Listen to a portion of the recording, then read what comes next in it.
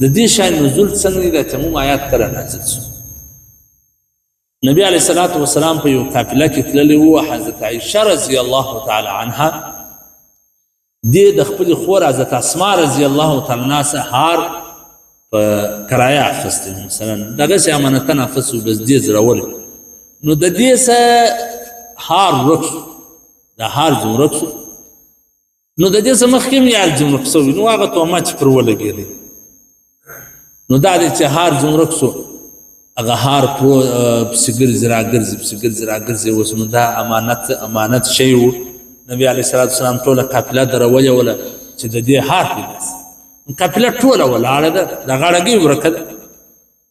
په دا دوران کې د سهار وخت رانږدې، د لمانځه وخت رانږدې سو او اوبه نسته، ټوله علاقه کې اوبه نسته، قافلې والا سره اوبه ختم سوي دي. نو صحابه کرام ورلو حضرت ابوبکر صدیق رضی الله تعالی عنه ته شکایت وکړي چې دا ستا لور د تور توبره دار کوم چا مې کړی. هغه راله حضرت ابوبکر صدیق رضی الله تعالی عنه وایي رالی ډېر بد ورځې ماته وویل چې سړی د خپل شیخ خیال وساتي، نه دی اوس د دونې قافله درولې ده، ګرده خلک دې په تکلیف کړي دي، نه اوبه سته نه شی سته نه بله سته. نو دا دی دا آیاتونه نازل شو.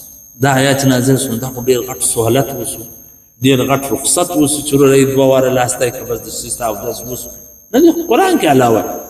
نو چې کله دا آیاتونه نازل شو، صحابه کرام چې اوس حضرت عایشې ته خشمېدله، آخر یې ورته ویلی دا د ابوبکر صدیق د کورنۍ اول برکت نه دی چې موږ مستفیده کېږو، د ده د کورنۍ د بې شماره برکتو څخه موږ صحابه کرام مستفیده سوي.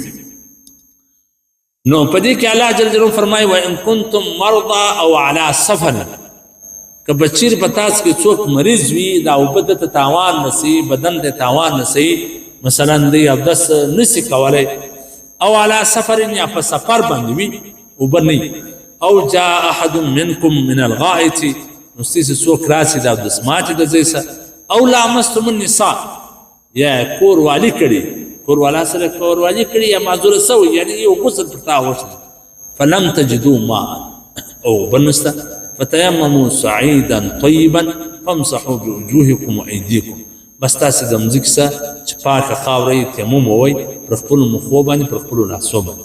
ان الله کان عفوا غفورا، بېشک الله معاف کوونکی دی او غفور رحیم ذات. نو دا څومره غټ سهولت را، څومره غټ اساني را د مریض دپاره، د مسافر دپاره. نو چې هر سړی په سفر کې مثلا دا زموږ چانس والا دی، چانس والا نه دا پونچ والا په دا اوبو کې روان دي، د دې سره اوبه نه یا دونې اوبه ورسره خالي دی، صرف در ځای پر ځان پر سواله سي دا اوبه وچشي، د ایمرجنسي حالت دی، نو په دا وخت کې دی تیمم ونیسي.